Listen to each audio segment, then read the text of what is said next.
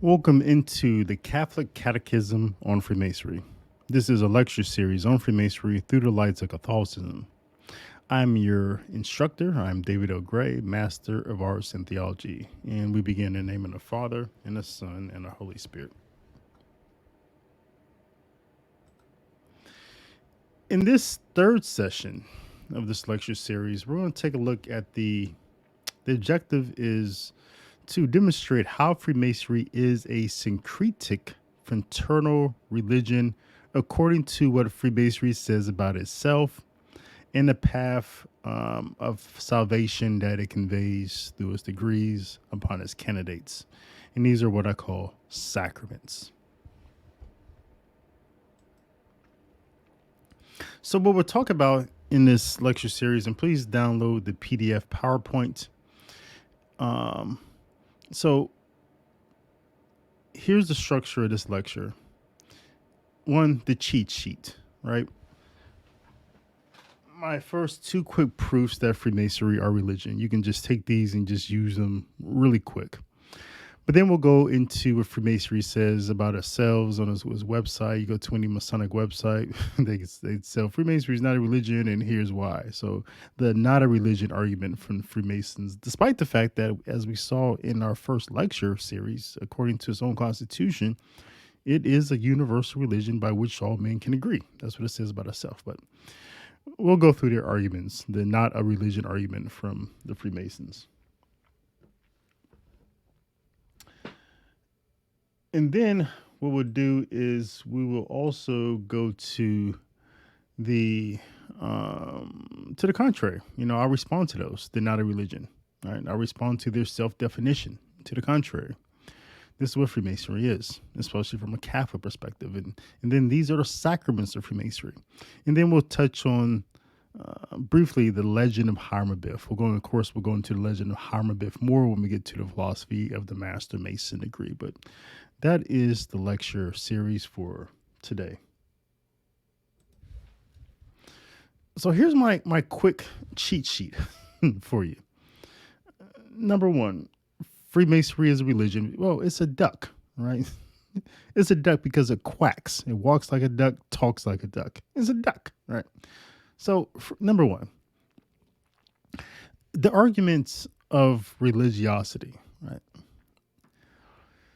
is not really a great argument that Freemasonry is religion. And sometimes I hear this. Well, Freemasons, they have a Bible on the altar. They have officers such as deacon and chaplain. That doesn't really prove that Freemasonry is a religion. So drop that as a proof because it doesn't really demonstrate anything. We could find those elements in many things besides Freemasonry. That doesn't mean everything's a religion just because I have as a chaplain in an altar and things like that. Okay.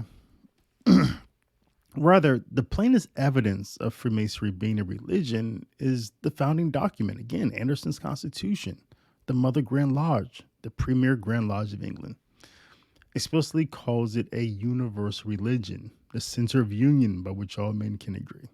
Number three, Freemasonry incorporates syncretism, meaning that it has an established religious belief system that it incorporates elements and practices and traditions from other religions into itself. Now, here we could include some of the religiosity, the altar, the Bible, but it's really deeper than that. It's more philosophical in this approach, and it tells a story of salvation, right? Because it tells a story of salvation, it is necessarily a pseudo religion. Okay, so two quick proofs. It calls itself a religion. It's a syncretic religion and incorporates syncretism and it endows in itself, it adopts into itself religious belief systems from other religions into itself. And that's different from religiosity, elements of religion. Elements of religion are distinct from, but are a type of, right? Incorporation of religious belief systems. So if you're going to become a syncretic religion, you're going to adopt belief systems of other religions into yourself. And by the way, you may incorporate some of those elements of religion. So those are two distinct things, but we know that Freemasonry, because the guild system subsists in it, that's how it got those religious elements. It didn't get those religious elements because it brought those with them into itself, into its philosophy by becoming a syncretic belief system, but rather it brought into itself those elements from its Catholic past. And then later, when it creates its degree system, that's when it starts bringing in the philosophy. So we have the elements of religion, then we have the philosophy. Okay, Freemasonry is unique because those two things didn't come together. One just is part of its culture from where it comes from, but then the other is imported. All right, so we're going to stick with the number 2 and number 3 here in our argument, and we're going to drop the things that Freemasonry brought into it just from the culture, just from the guild system. Okay. So the second quick proof that Freemasonry is a religion was a religion in common form. Right. Freemasonry posits that there is a god or gods. Okay. So here are the 5 things I would say all religions have in common. Right. And interesting, I wrote this paper when I was a Freemason it was titled Freemasonry is a Religion. And it was published in a magazine, which I used to be the assistant editor. I think it was Blue Light magazine or something like that, right? So I used to make this argument when I was a Freemason because I was largely an agnostic deist. Back then, I really didn't have any, nothing as really having me, I didn't belong to a religion, so I didn't have to come out and say, oh, Freemasonry is not a religion. No, I was a blank slate. So I could see Freemasonry for what it is just because I didn't have to defend Christianity. All right. So I didn't have that conflict that was in play like a lot of Freemasons do. So I saw Freemasonry for what it was, and it is a religion. If I just look at the 5 elements of just a common religion, I can see just on base, in common form, Freemasonry shares these elements. Number 1, like I said, Freemasonry, it posits that there is a god or gods. Okay. It also posits a moral law.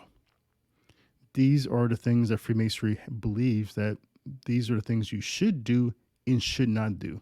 It has the thou shalt nots. Okay.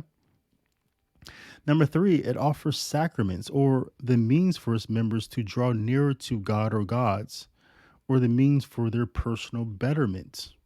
Okay. So it has this system by which you become a better man. Okay. Number 4, it intends for those sacraments or means to lead to a life after death.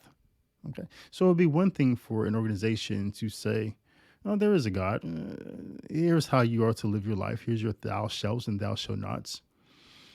And this is the process to do it. But it doesn't offer any sort of ends to living that life. Okay. So for it to be a religion, it has to say something about the most important thing. What happens? It has to answer the primordial questions. Who are you? How did you get here? Where are you going? What's your purpose? Why is there something other than nothing? So Freemasonry offers that. It tells that story of salvation. So it intends for those sacraments or means to lead to a life after death. Number 5, common element of every religion. It has the ability on a global or local level to enforce, normalize tradition, regularity, moral law, and orthodoxy through an authority figure and or by the means of magisterial interpretation of sacred texts. So Freemasonry does not have a pope, but it has a Grand Master. The Grand Master, though many in every jurisdiction, is the moral law. Right?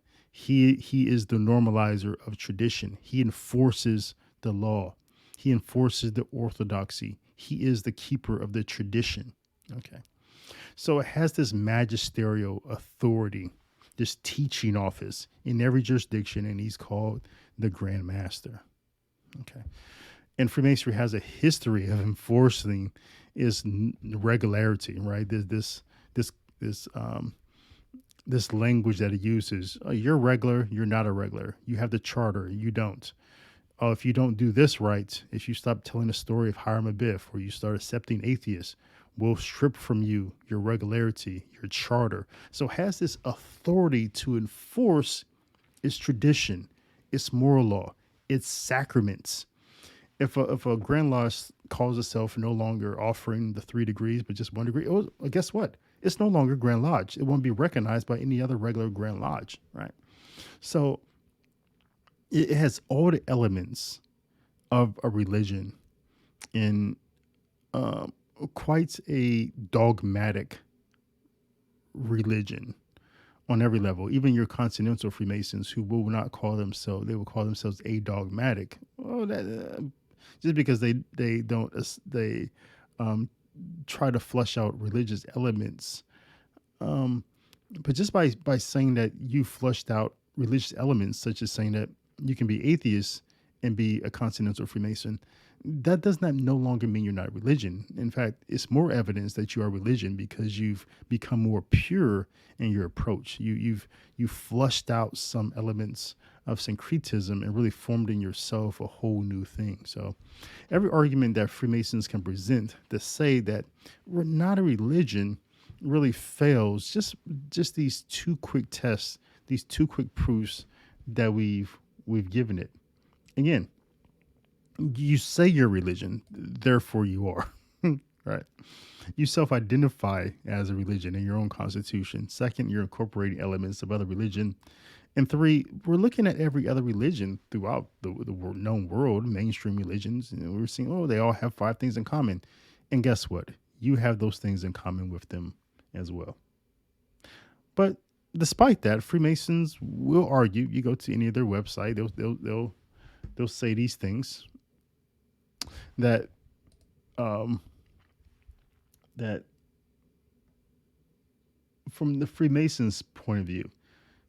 And it looks like this slide didn't really translate well to the video screen here. So, like I said, make sure you download the PDF and so that you can follow along a little bit better. And I apologize about that.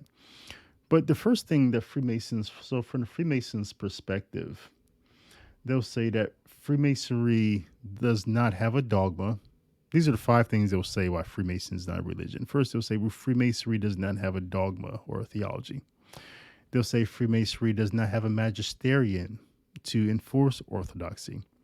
They'll say that Freemasonry doesn't confer sacraments. They'll say Freemasonry does not claim to offer a path to salvation by works, secret knowledge, or by other means. And they'll say Freemasonry is not a religion because its members are not allowed to speak of other religions in open lodge. So let's just treat each one of these and see what really flushes out.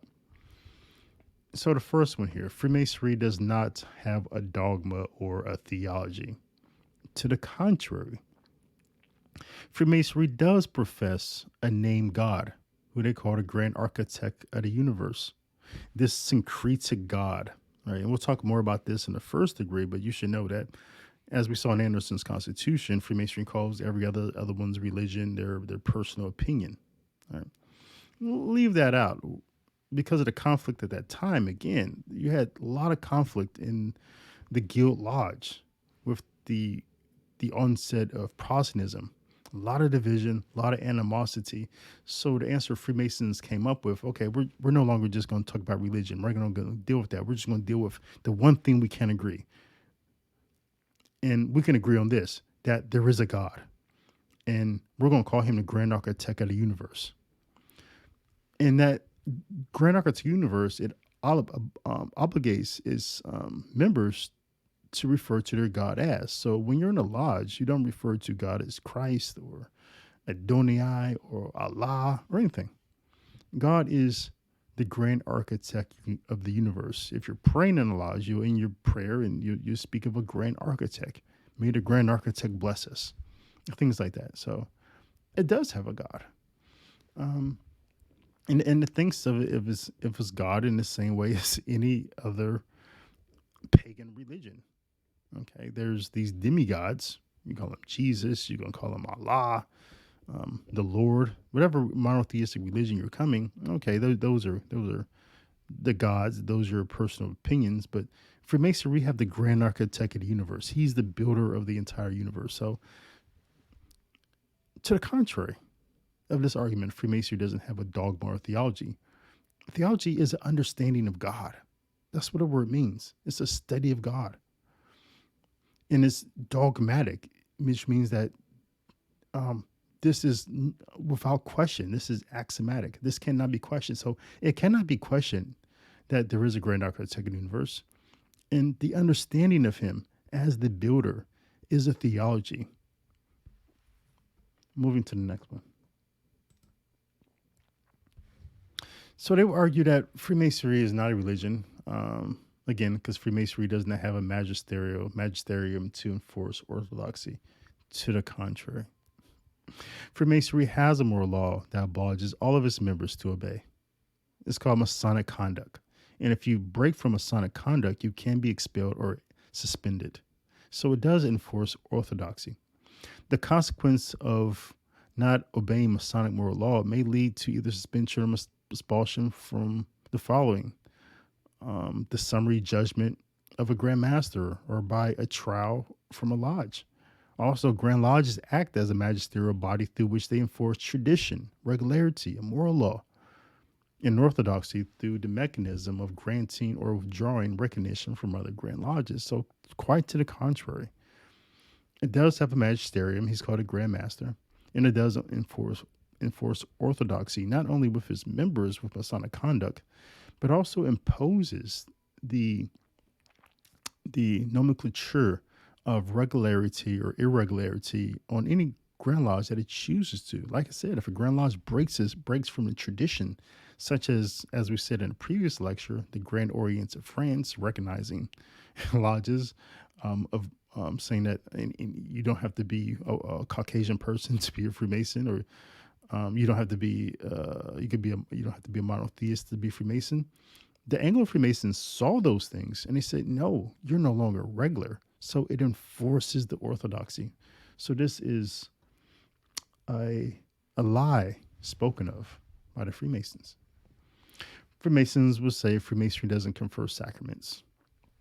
To the contrary, Freemasonry has sacraments through which their mysteries and beliefs are conveyed and professed.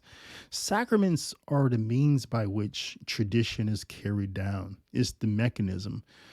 Every culture has them. In the first lecture, we talked about culture. We talked about how the 5 elements of culture.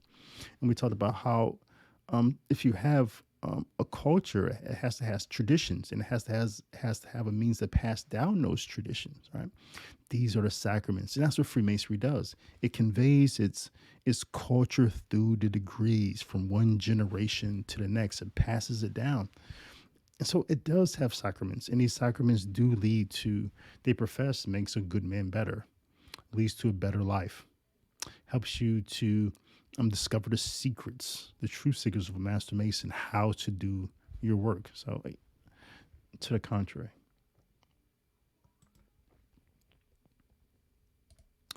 The next one here, Freemasonry does not claim to offer a path to salvation by work, secret knowledge, or by other means.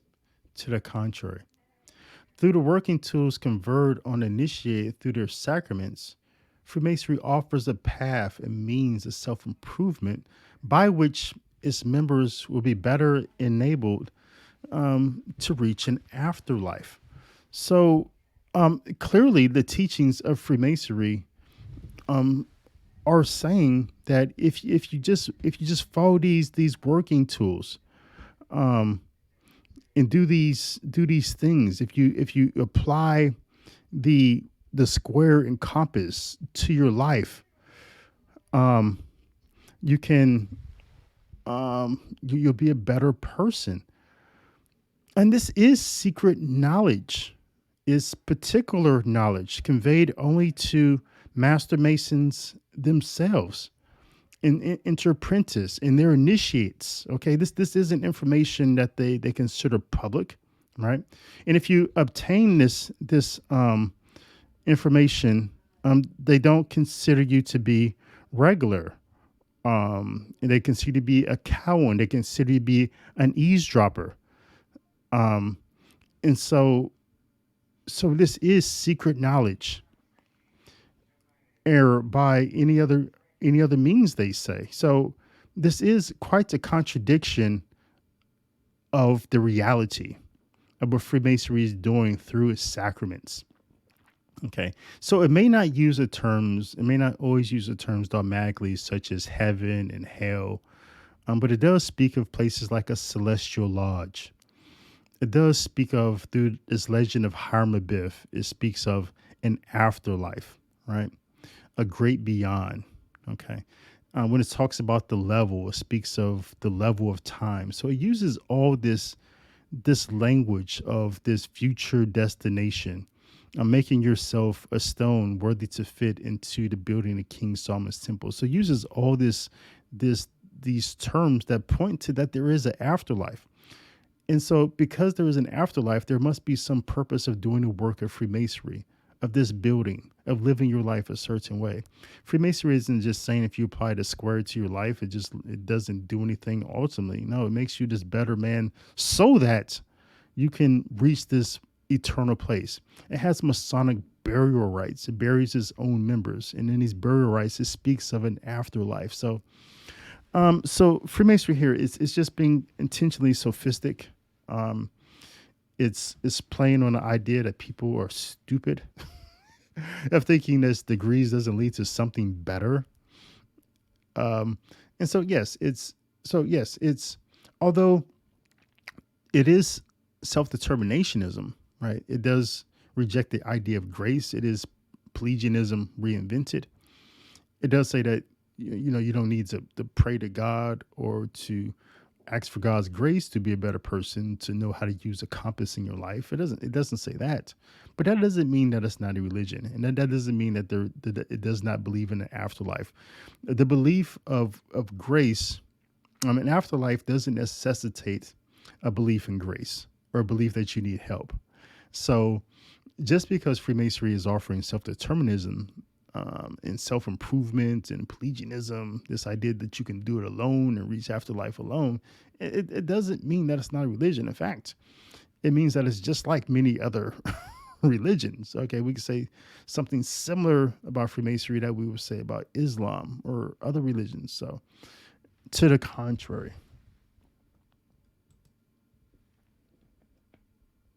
And this last one, Freemasonry claims is not a religion because its members are not allowed to speak of other religions in open lodge. This is laughable because that's not a requirement for religion.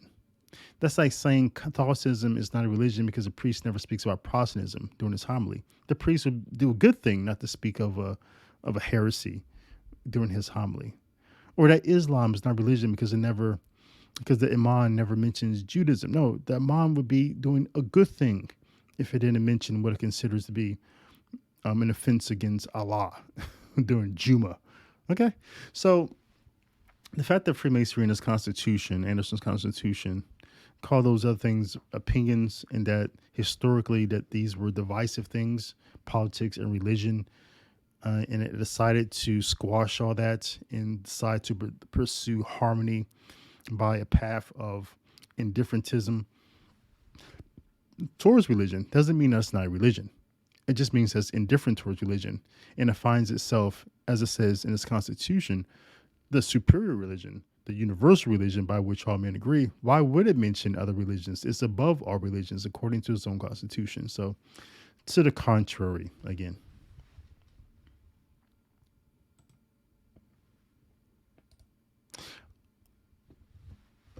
So, Freemasonry is religion, and it does offer a plan for salvation through degrees, which have sacramental qualities. These are advancements in enlightenment.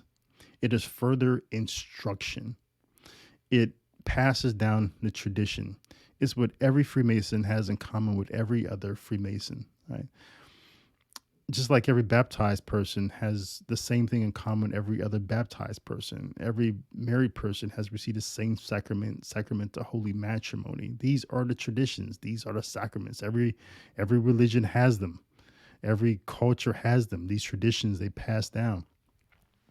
Religions more uniquely. Freemasonry is a religion because it's autosoteric. As I said, just because the path through these sacraments is self-determined, is self-determinationism without God's help, that doesn't mean it's not a religion. It just means it's autosoteric. I'm saved by self. I'm saved by the work of self. Yes, that's different than heterosoteric, saved by the other. saved by Christ, saved by grace. So autosoteric and heterosoteric are different, but they're both are principles of religions. They both can be religions. They're both elements. They're both paths of religion. So you're either saved by yourself in your own works, or you're saved by grace by the work of another. Okay. So again, Freemasonry is just Pelagianism revisited. So this was really a short lecture. It's an easy topic because Freemasonry tells on itself. Despite the fact that every Masonic website you go to may say something to the contrary, it tells on itself. So, so they're really just trying to play people stupid from what is exactly the case that we saw, that we read in Anderson's Constitution, and that we clearly see in the sacramental system called Masonic degrees that they have in the Craft Lodge and every other Masonic body. So now that we've reached this third foundational lecture, now we're ready to jump into examining the philosophy of each degree. So this third lecture also has three following parts. There's going to be 3.1, 3.2, and 3.3. 3.1 is the philosophy of the first degree. So now, having been grounded in the history, structure, and sacramental system of Freemasonry, the objective of the first deep dive into the Craft Lodge system is to demonstrate how Freemasonry invades against Catholic soteriology through the entered apprentice degree. So the first foundational lecture, you were set up with the origins of Freemasonry. You know its roots. You know where it came from. It was very Catholic before it's very Anglican and very Puritan and everything else. You know why Freemasonry shifted to this idea of trying to squash all that controversy by excluding politics and religion from the lodge by making itself its own really religion and political body. All right. And we'll see the political body of Freemasonry play out later. Okay. But now you know Freemasonry as a religious body. You also know the structure of Freemasonry as governance, how what the inside of the lodge looks, who's the officers, who's the players. You know that the higher degrees are just really further instruction. So now we're about to do really a deep dive into the foundational degrees of Freemasonry: Entered Apprentice, Fellow Craft, and Master Mason. So now that you finish this course, make sure you take the quiz, and I will see you in the next lesson. Thank you.